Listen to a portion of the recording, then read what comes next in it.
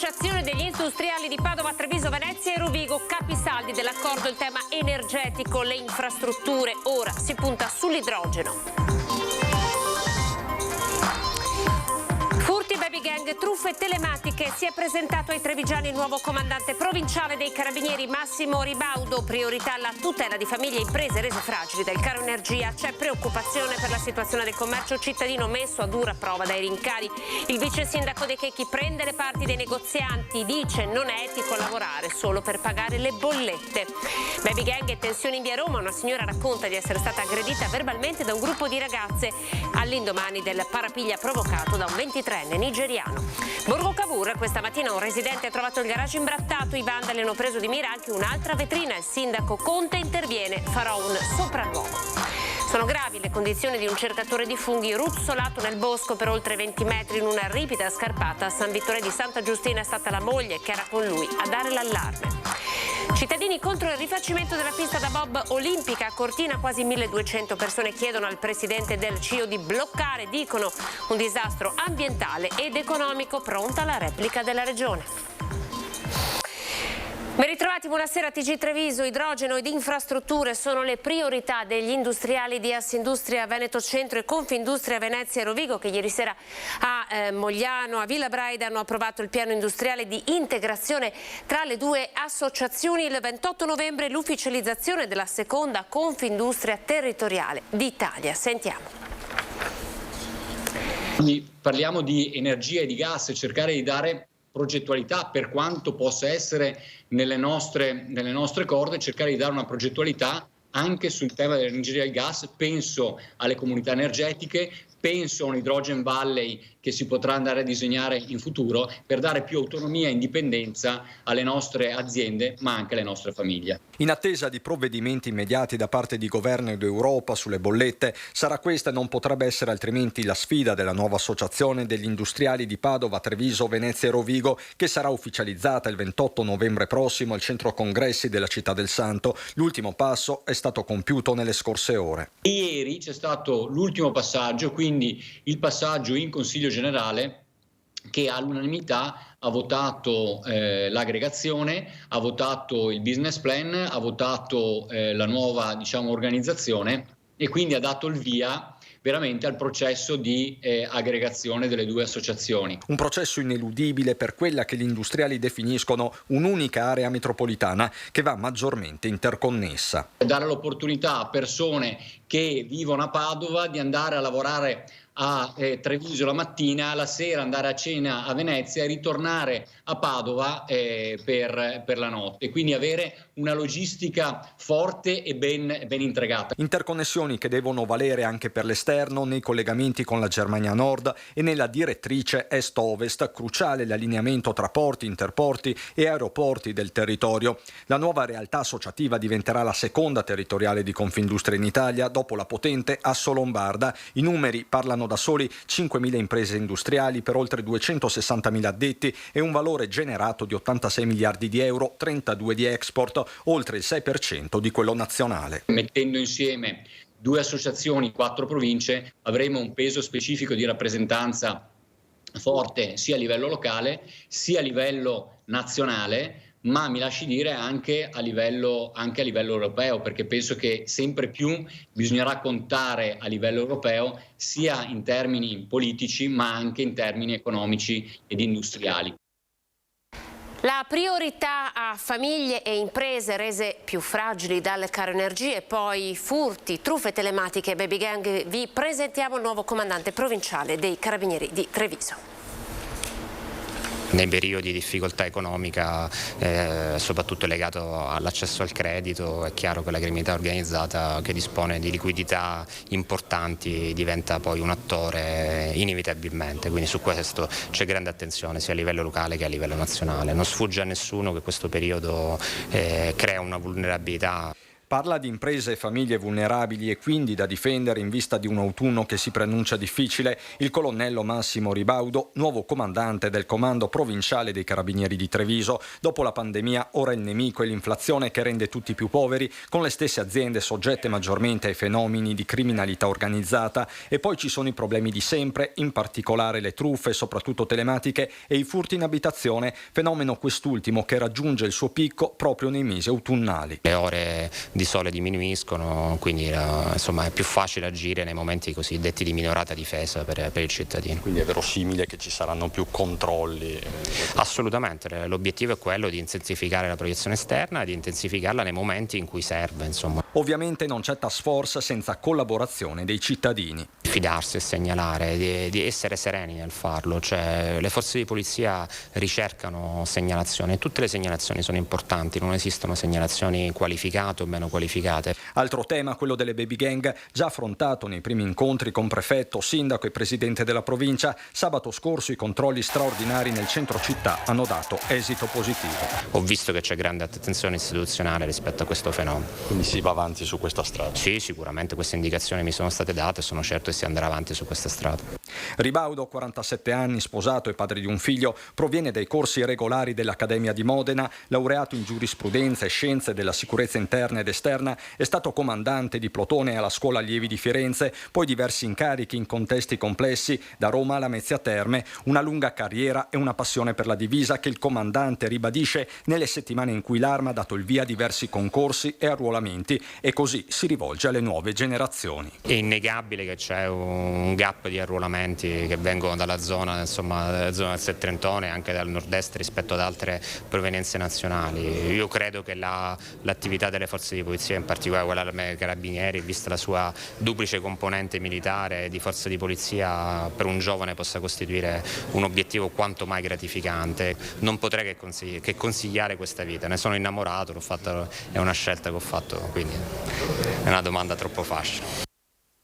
Continuiamo a parlare di rincari, c'è molta preoccupazione per i commercianti di Treviso, l'ha espressa oggi l'assessore alle attività produttive e vice sindaco Andrea De Checchi proprio mentre si presentava la fiera Quattro Passi, una fiera dedicata al risparmio anche energetico, alla produzione sostenibile e alla sostenibilità.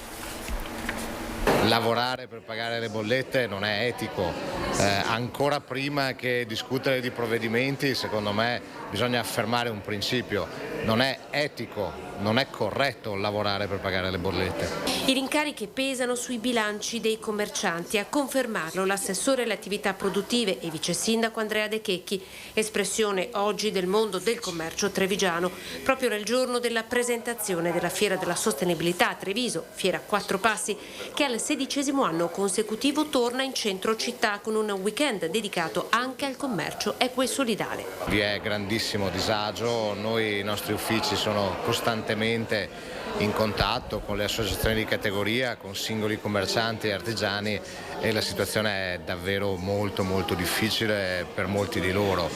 È il momento giusto per parlare di sostenibilità, quella concreta che tutti possiamo mettere in campo. Il sindaco Mario Conte cita la più grande opera di bonifica della storia della città, quella della discarica di via Orsenigo, dove sorgerà una comunità energetica. Nella 3 giorni si parlerà di mercato dell'usato, di esempi di imprenditoria virtuosa, di diritti con il presidente di Amnesty International, di clima. Ci sarà anche spazio per parlare il linguaggio dei bambini con attività e laboratori. Vogliamo ispirare le persone che verranno ad ascoltare delle scelte consapevoli di acquisto, consapevoli nell'ottica della sostenibilità, quindi ambientale, ma anche della sostenibilità sociale. Siamo in via Roma ora con una signora che ha raccontato di essere stata aggredita verbalmente da un gruppo di ragazze, eppure anche chi vive lì nella zona continua a ripetere: non è il Bronx. Abbiamo ascoltato i cittadini.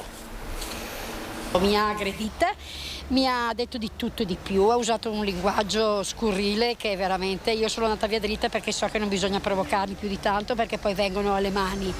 La signora Mara pochi giorni fa stava passeggiando in via Roma quando all'altezza della fermata delle Corriere è stata sommersa di insulti. Alcune ragazze sul muretto stavano bersagliando i passanti con critiche a voce alta. La donna a 70 anni però non ci sta e reagisce, dando alla giovane che più è su di giri della maleducata: apriti cielo.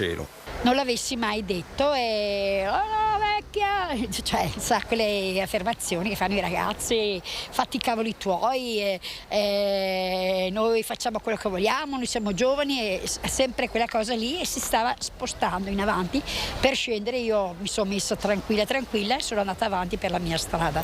Una storia non isolata, quella di Mara, in una via Roma che spesso è teatro di episodi al limite. Solo martedì mattina l'arresto di un 23enne nigeriano che ha aggredito degli agenti della questura che lo volevano identificare. Minuti di tensione, a raccontarli un commerciante. Non voleva assolutamente entrare in macchina, là si è ovviamente scatenato un po' il caos. Dopo sono arrivati tantissimi nigeriani a fare un po' da parte del ragazzo, e dopo sono arrivati i poliziotti. Questo ho visto, che c'è stato un momento di oggettiva tensione, soprattutto perché il ragazzo gridava tantissimo per infettizzare tutto. Insomma, spesso la situazione da queste parti si surriscalda, anche se sono gli stessi operatori a dire che non è il Bronx e che i controlli delle forze dell'ordine sono aumentati nell'ultimo periodo.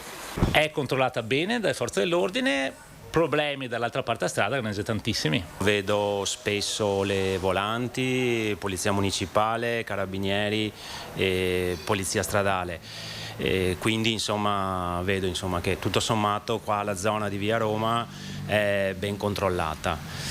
A volte è vero, nei momenti in cui le forze non ci sono, vengono fuori i topi che ballano, non lo so come spiegarlo. Episodio di vandalismo invece in Borgo Cavour. Andiamo a vedere che cosa è accaduto e ascoltiamo i protagonisti. Sto andando in questo momento dai carabinieri a fare la denuncia. La scritta con la bomboletta spray sul suo garage è comparsa nella notte a tutto campo, copre tutta la superficie e finisce sul muro della casa. Guido De Giusti, che vive qui in via Canova dal 1994, quantifica il danno in un paio di migliaia di euro, ma più che i soldi a bruciare è il gesto. Noi eravamo via stanotte e stamattina ci siamo ritrovati con questo regalino. Speriamo solo che siano stati ripresi, anche perché ci sono analoghi sgorbi sotto i portici, per cui non ne possiamo più di questa gente. Ed eccolo il secondo imbrattamento, uguale al precedente, nella vetrina dell'ex macelleria Stecca, a nemmeno 100 metri di distanza dalla prima.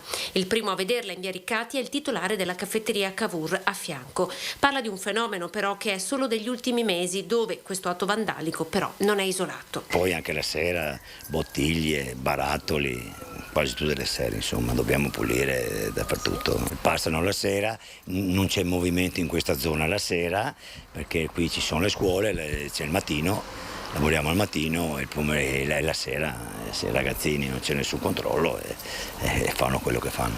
Ai residenti di Borgo Cavour oggi si è rivolto il sindaco Mario Conte.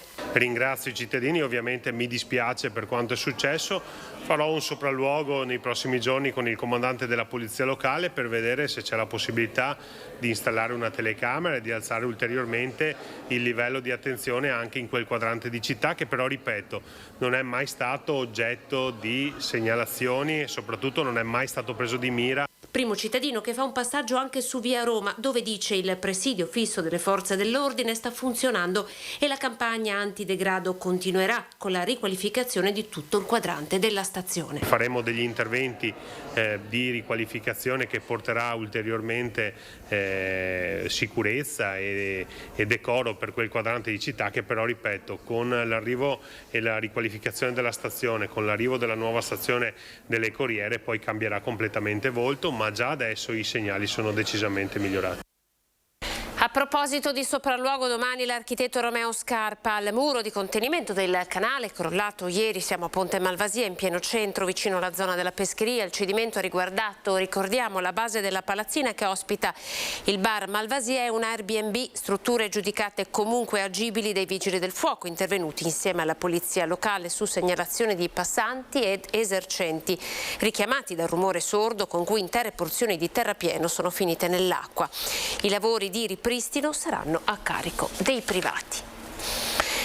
Si è gettato in mezzo alla strada cercando di bloccare la circolazione. Per questo motivo ieri sera a Quinto i carabinieri sono intervenuti nei pressi di un bar di via Vittorio Emanuele, dove un 32enne di origini marocchine, dopo aver infastidito gli avventori, stava mettendo in pericolo se stesso e la circolazione.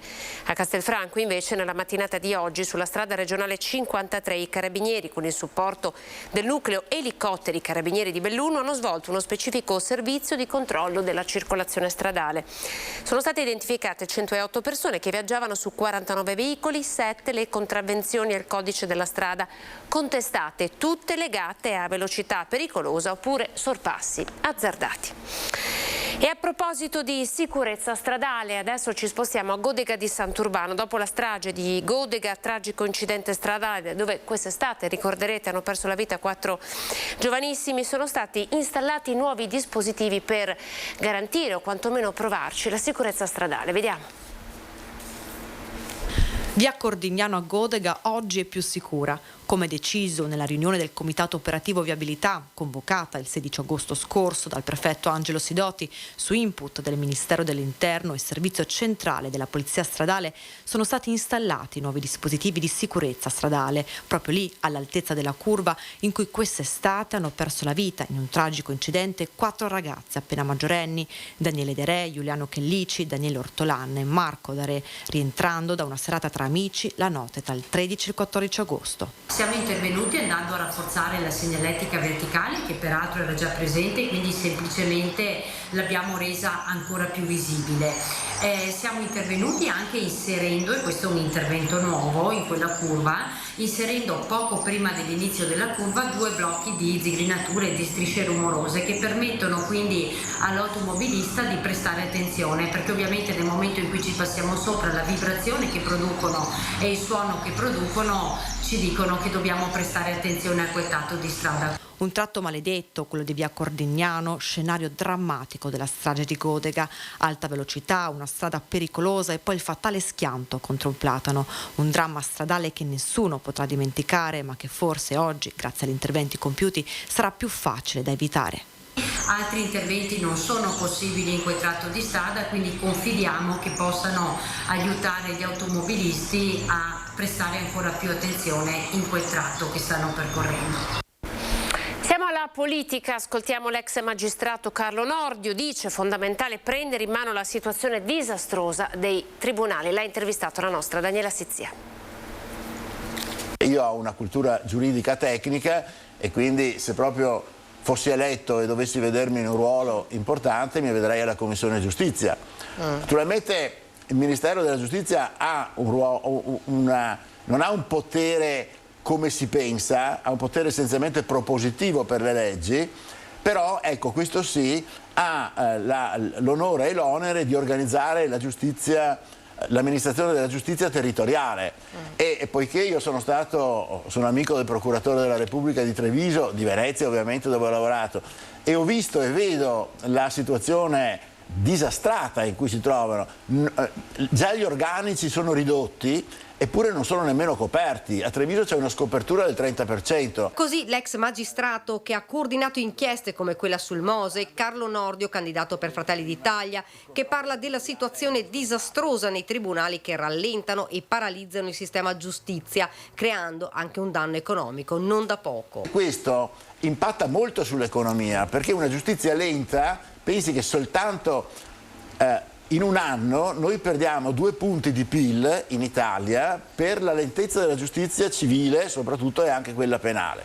E nel nostro Veneto la situazione qui è disastrosa. Ecco, comunque vada, i veneti possono essere sicuri che io tallonerei il Ministro della Giustizia, sempre che fossi nei paraggi, senza ricoprire quel ruolo, insistendo in modo quasi maniacale per ricoprire questi organici scoperti e magari per aumentarli. Caro bollette, la protesta degli imprenditori oggi a Mestre va trovata una soluzione immediata, dice Nordio. Prima di tutto uno scorporo del prezzo del gas da quello dell'elettricità, poi una tassazione anche molto forte sugli iperprofitti che sono stati conseguiti in questi mesi, poi una forte detassazione al limite anche una sorta di incentivazione o con crediti d'imposta o con annullamenti di debiti. Voglio dire che lo Stato, sempre sperando di restare nei limiti del bilancio, ma come ha detto Giorgia Meloni, come estrema ratio anche eventualmente con uno scostamento, debba assolutamente intervenire in tempi rapidi. Situazione economica resa difficile, secondo Alternativa per l'Italia, anche dalla cattiva gestione della pandemia. Li ascoltiamo. Bisogna che il governo intervenga subito, è intervenuto col decreto aiuti, credo che debba pensare qualcosa, soprattutto vista la domanda di sostegno alle imprese. Anch'io ho avuto modo di sentire alcuni imprenditori, uno neanche farla apposta qualche minuto fa, che ha detto che se le cose vanno avanti così io non ce la faccio, devo chiudere. A livello nazionale i numeri parlano che ci sono più di 120.000 imprese a rischio, quindi il problema è veramente cruciale. Quindi le soluzioni sono nell'immediato un qualcosa che venga incontro all'impresa, alle spese che stanno sostenendo soprattutto per il gas e l'energia elettrica. Il secondo aspetto, con il nuovo governo, quando ci sarà, ma i tempi saranno lunghissimi, parlano di novembre, dovrà prendere delle decisioni molto importanti. Però mi sembra che l'argomento, così piccola impresa che è in crisi, non va a affrontare. Come quando parliamo di una malattia, non è che dobbiamo fermarci ai sintomi, dobbiamo andare a cercare le cause di questa crisi. E credo di non scoprire niente se dico che le cause sono prima di tutto nella cattiva gestione del Covid che è stata fatta prima, che abbiamo speso montagne di denaro. Non ultimo, è un dato che ho riferito già ieri a Ring, che ci sono 50 milioni di dosi di vaccino in scadenza per un valore di 400 milioni di euro. Quindi a un certo momento se il governo, chi di competenza, il Ministero della Sanità avesse gestito meglio quella faccenda lì, ci sarebbe una bella cifra da poter usufruire.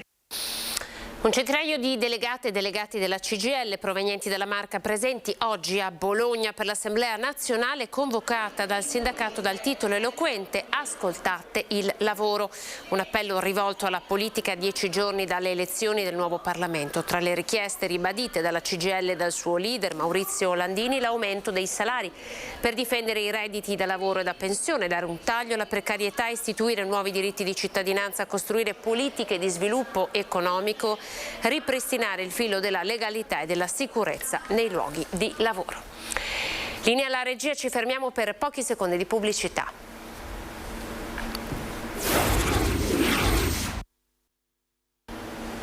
TG Treviso, buonasera, ben ritrovati. Ripartiamo da questa fotografia, è la fotografia di un bagno chimico che un autocarro di una ditta di paese ha perso nella sua corsa in tangenziale oggi a Treviso intorno alle 15:50, era in corsia di sorpasso all'altezza del terraglio, ha perso il proprio carico, appunto il bagno chimico che vedete. È intervenuta una pattuglia della polizia locale immediatamente per gestire il traffico, non ci sono stati feriti. Le altre automobili che viaggiavano lungo la tangenziale hanno intuito il pericolo e si sono fermate. In circa 20 minuti la strada è stata liberata, dunque la circolazione è ritornata alla normalità.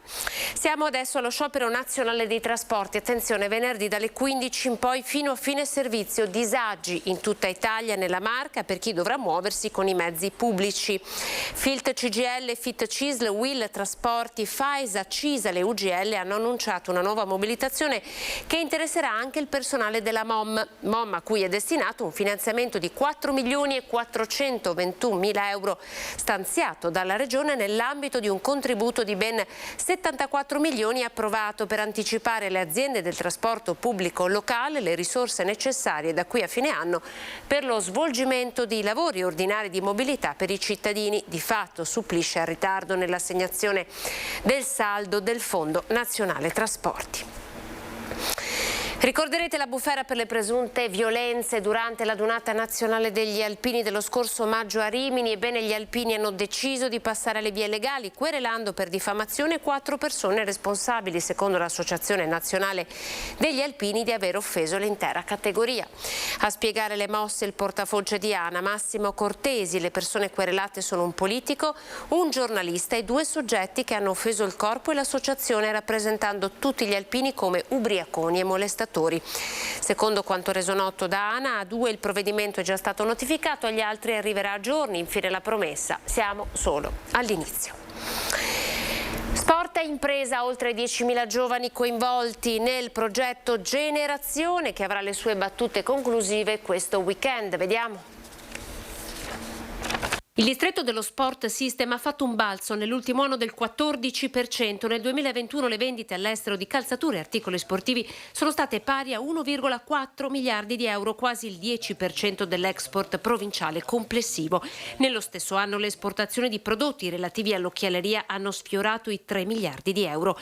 I 2 distretti della Marca tornano a collaborare insieme sotto la regia della Camera di Commercio, di Assindustria, Veneto Centro e FIX, la federazione internazionale che promuove i valori dello sport attraverso le immagini.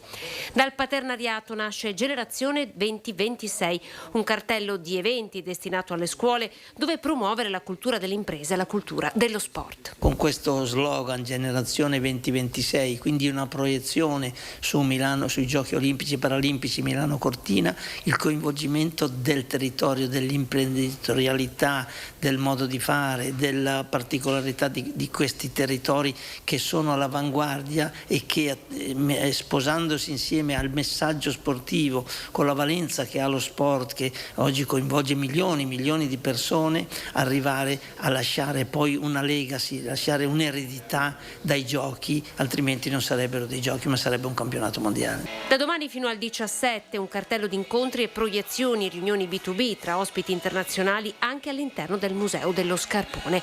Un appuntamento che è parte delle iniziative della Capitale Italiana della Cultura d'Impresa 2022.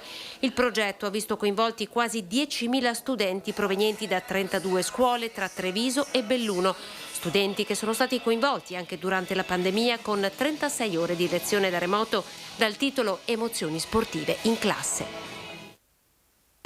13ª edizione di Uniformi nel Donare, questa mattina al centro trasfusionale dell'ospedale Cafoncello, un'iniziativa promossa dall'Avis in collaborazione con ULS 2 per contribuire alla raccolta di sangue coinvolgendo forze dell'ordine e forze armate.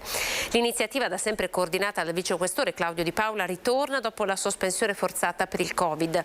Presenti il presidente provinciale dell'Avis Stefano Pontello, il direttore generale dell'ULS Francesco Benazzi e molti rappresentanti di Carabinieri, Polizia di Stato, Polizia Penitenziaria e Locale, Guardia di Finanza, Corpo Forestale, Vigili del Fuoco, militari dell'Esercito, del 51esimo stormo dell'Aeronautica di Strana e Reparto Manutenzione Velivoli di Treviso. Siamo alle notizie che arrivano da Belluno.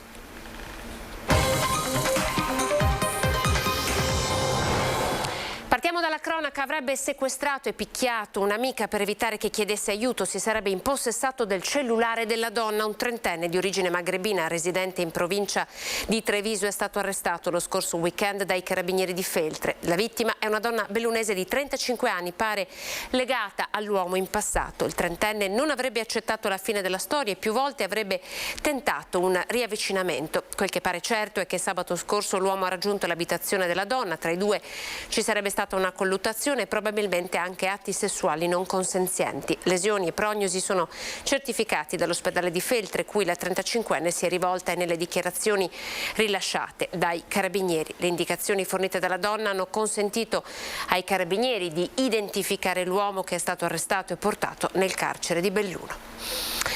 E sono gravi invece le condizioni di un cercatore di funghi ruzzolato nel bosco per oltre 20 metri in una ripida scarpata nelle vicinanze della chiesa di San Felice a San Vittore di Santa Giustina. L'83enne si trovava con la moglie quando è scivolato riportando un sospetto politrauma ed è stata la donna a chiamare il 118 che ha attivato il soccorso alpino e l'elicottero di Pieve di Cadore. All'uomo sono state prestate le prime urgenti cure e una volta recuperato è stato trasportato all'ospedale di Treviso. Cittadini contro il rifacimento della pista da bob, ne abbiamo parlato diverse volte, questa volta ci sono delle firme raccolte da quasi 1200 persone. La pista da bob è un'opera che è insostenibile, sostenibile dal punto di vista ambientale, dal punto di vista sociale, dal punto di vista economico, soprattutto direi a questo punto economico, visti i tempi in cui ci troviamo. La pista per il bob olimpico a Cortina non sa da fare, il CIO deve prendere atto della lunga serie di proteste locali che hanno trovato consenso anche a livello internazionale. 1185 cittadini di Cortina hanno firmato una lettera indirizzata al presidente del Comitato Olimpico Thomas Bach, nel quale si chiede di imporre alla Regione Veneto, al Comune di Cortina e alla Fondazione Milano Cortina 2026 di rinunciare alla costruzione dell'opera. È una pista che va contro i principi stessi della candidatura delle Olimpiadi del 2026, secondo i dettami del CIO dell'Agenda 2020. Quindi, siccome la pista poi rimarrà al Comune di Cortina d'Ampezzo ed è già stato annunciato un deficit che è assolutamente sottostimato di 400.000 euro all'anno, sappiamo ormai purtroppo che fine farà quella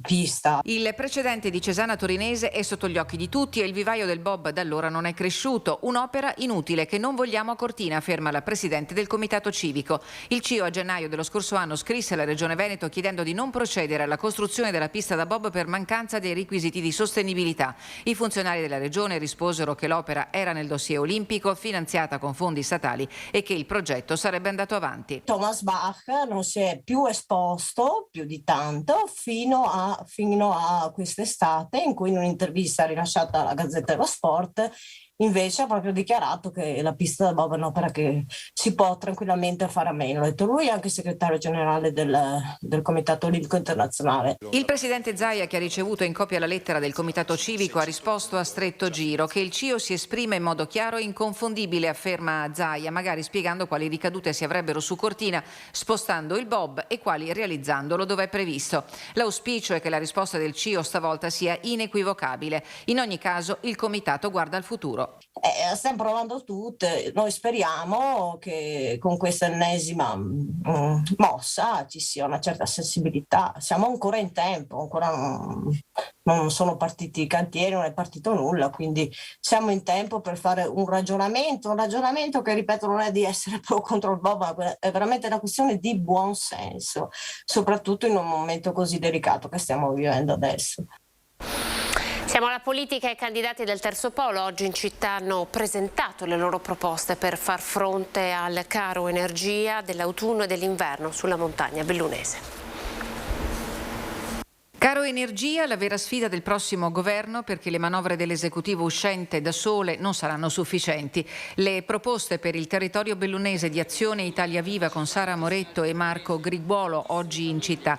Responsabilità declinata in 3 misure, la parola d'ordine per non rischiare di decretare la fine del mondo per come lo conosciamo. La prima è continuare con gli aiuti che hanno in questi mesi ridotto almeno in parte le bollette e di farlo però in maniera più mirata, cercando di capire quelle che sono le famiglie da un lato e le imprese dall'altro che soffrono di più e quali di queste ultime in particolare rischiano di chiudere a causa delle bollette aumentate. La seconda strada da percorrere con determinazione è le infrastrutture energetiche per il Paese. Nel tempo e negli anni sono stati detti troppi no, noi invece vogliamo dire dei sì, sia ai rigassificatori, sia all'estrazione di gas, sì alle rinnovabili, sia anche al nucleare, sapendo che sarà una soluzione per i prossimi anni. L'ultima strada immediatamente attuabile è quella di separare i mercati dell'energia. Se non interveniamo oggi, domani ci ritroveremo con la gente in mezzo alla strada. Se chiudiamo gli impianti sportivi per il caro energia, decretiamo la morte di questa provincia che deve mantenere la gestione delle centrali idroelettriche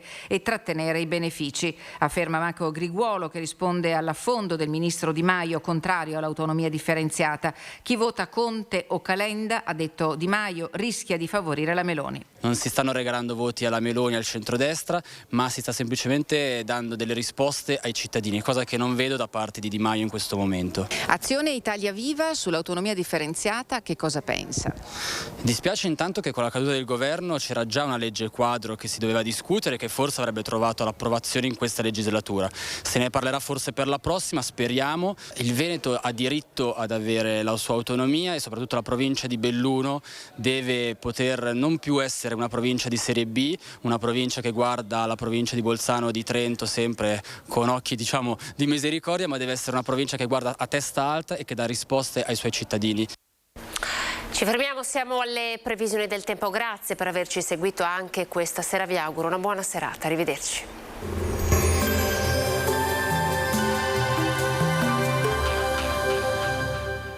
Entra nel mondo Lolato. Da oltre 40 anni un team di professionisti per migliorare la qualità della tua vita. Centro del piede con servizi di podologia. Laboratorio per la produzione di plantari e calzature su misura. Benvenuti al meteo. Un fronte instabile raggiunge il nostro territorio causando un graduale peggioramento del tempo. Caldo anomalo, poi passeremo dall'estate all'autunno. Intanto il dettaglio di giovedì 15 settembre.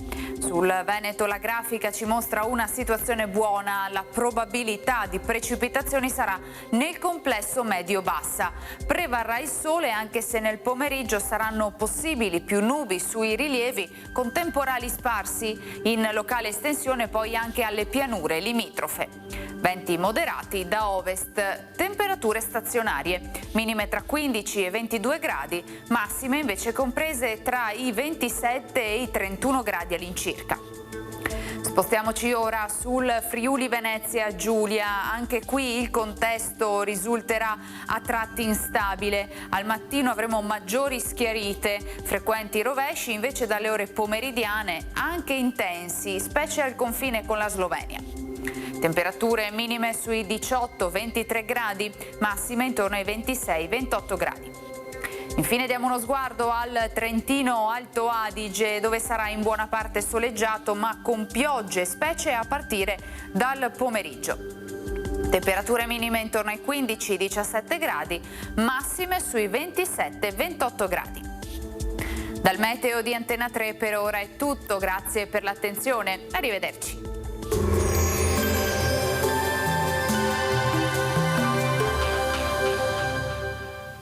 Busti, tutori e protesi di arto personalizzati. Ortopedia e sanitaria Lolato. A Treviso e Montebelluna. Lolato, soluzioni per star bene.